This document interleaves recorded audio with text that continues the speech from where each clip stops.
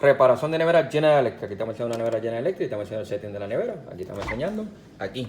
Los números del experto. Mira aquí los números del experto. Aquí usted tiene que llamar a los números del experto. Estamos enseñando el modelo de la nevera para que sepan. Y aquí la información de la compañía. Recuerde que somos los número 1 en pieza y servicio. ¿Ok? Aquí estamos haciendo el setting de la nevera. La nevera General Electric. Mira bien, completa. La nevera side by side. Esta nevera se dañó por un bajón de luz. Aquí estamos enseñando la nevera para que la vean funcionando completamente. Nevera General Electric. Y aquí estamos enseñando lo que se cambió el equipo. Aquí se le cambió el inverter original, se le puso el inverter del equipo. Para servicio, usted puede llamar al 787-297-1487 en la isla y en el área metropolitana al 787-379-5639.